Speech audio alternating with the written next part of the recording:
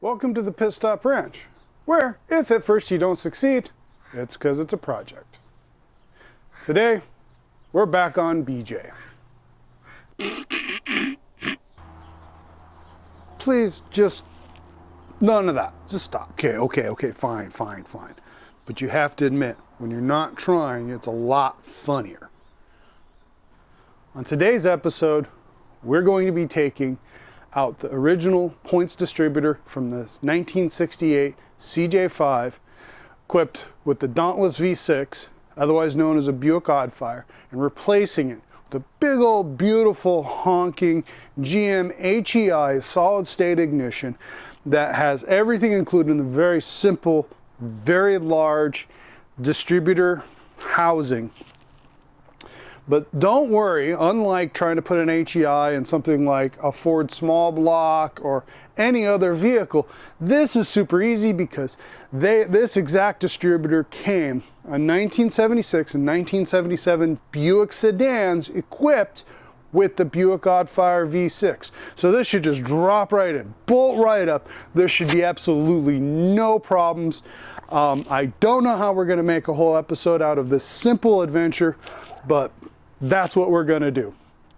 If you remember, on our last time we worked on this, we'd discovered some wiring hackery with the ignition wire as well as the starter signal wire, and we went ahead and fixed those, and now we're going to drop that distributor in and hook up that that ignition wire, and should be able to just turn that key and fire it right off.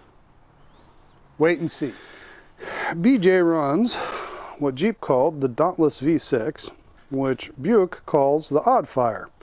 It was actually a Buick small block 300 cut down to a V6 that Buick ran for all of 2 years. Then they went ahead and Kaiser bought the rights to the V6 because the sedans were getting too big for the little engine to move around. And it went into Kaiser Jeeps and ran in Kaiser Jeeps for five years before AMC bought out Kaiser cars and started putting their straight six in. Now we're putting the HEI in. Now one of the things we want to know is where the vacuum dash pod is for the vacuum advance on the distributor. And then we also need to know where the rotor is pointed.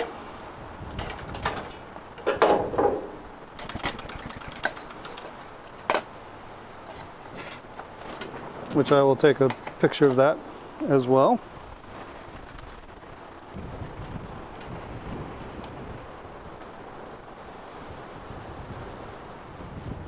That will be crucial when lining up this setup.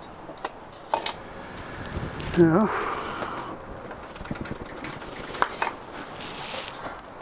Get rid of disconnect the plugs.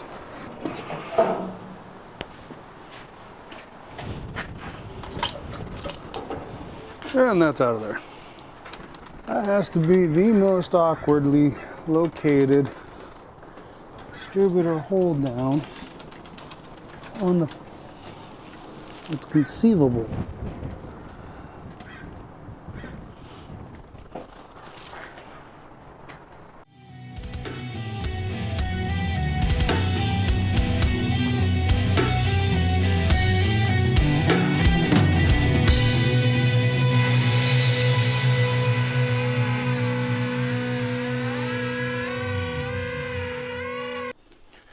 There's the distributor hole, and we're having a problem with the that lug right there. Now I've already touched it with a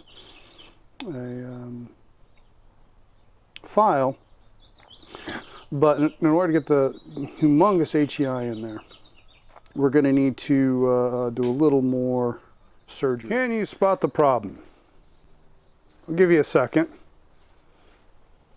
Give you a hint.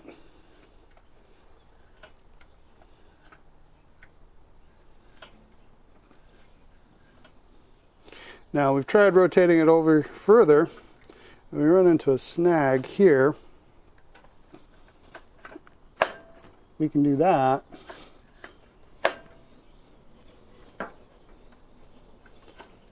We've whittled on the cap and we've whittled on the manifold, but this is of course not going to work.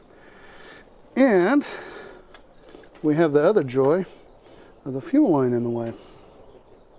So, you know, can of worms, and going down the rabbit hole. And you know, this reminds me a lot of the fuel pump on the '68 Pontiac, where in order to replace the leaking fuel pump, had to go and redo some of the hard lines under the hood. So anyways, we'll keep you informed.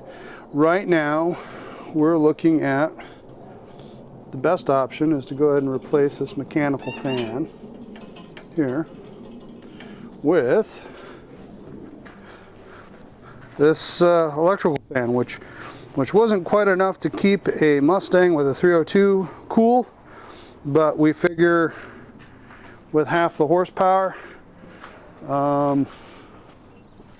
and just as much cooling surface, it should be actually more, because that radiator is taller than what was in the Mustang. Now, do you see the new problem? Even without the shroud, the fan hits right on the water pump bolts. Now, theoretically, we could move it all up here and then put another fan or pusher fan at the bottom, but without the shroud, these fans lose a lot of efficiency. So another option is we clocked it so this is well out of the fan plane, but we only got that much movement. And of course, you know, we're trying to line up the rotor by moving it, you know, by one tooth at a time. But man, we got very little adjustment. The other option is to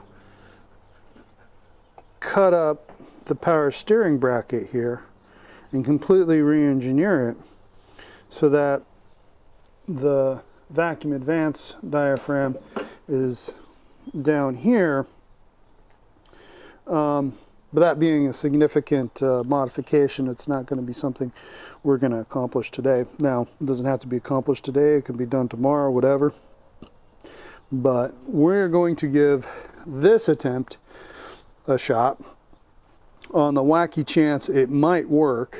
And if it were to work, then we just go ahead and throw the mechanical fan back on and motor on down the road. But either way, our first step is just to give this a shot and see where we end up. Okay, as you can see, we got all the plug wires all set up, and since we don't have any plug organizers handy, there's some built into the valve covers, but they're flipped around backwards, and I don't feel like unbolting them and flipping them around. So we're going to do the old roadkill trick with zip ties.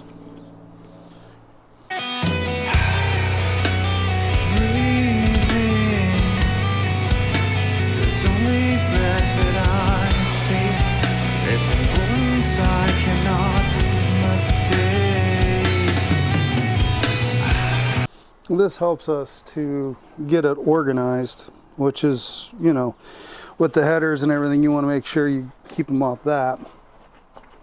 And then there we can figure out how long each one needs to be. Now, since we're not sure if this is in the final configuration, like this post here might end up over here. So there has to be a little bit of flexibility on the length, but yet we don't want to keep them too long. So these are the things that I must think about while making your own wires.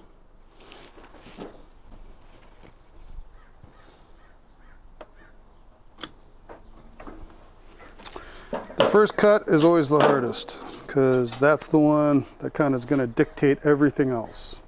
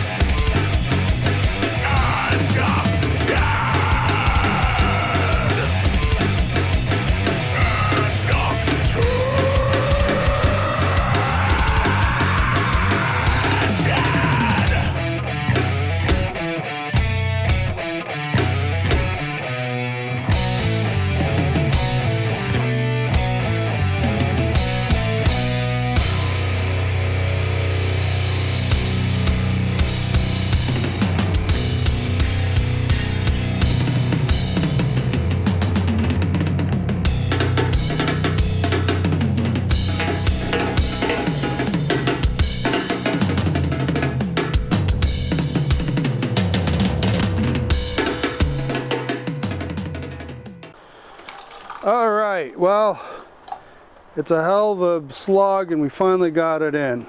Now, we got the timing fairly close. It's roughly about 1 or 2 degrees advanced at idle. It kicks up pretty quick. It runs pretty good. It isn't backfiring. There's no throw on this at all. It's just, it is where it is. Ideally, we completely redo the power steering setup so we got it more right, but this is going to work for now. Anyways, here's what it's going to sound like.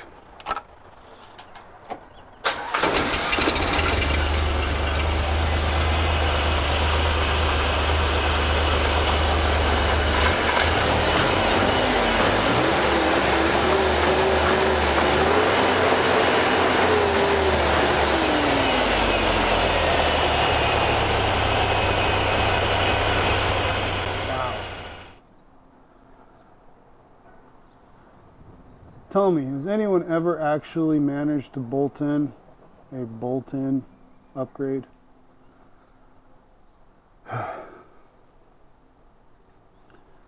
We are professionals. I'm just not at this. Feel free to leave comments below talking about your experience with straightforward bolt-in retrofit conversions, upgrades. Let us know exactly what we did wrong. Look forward to hearing from you. And please, if you haven't already, like and subscribe. And if you hit the notification bell, you can see us struggle and fight and have more fun. Till next time.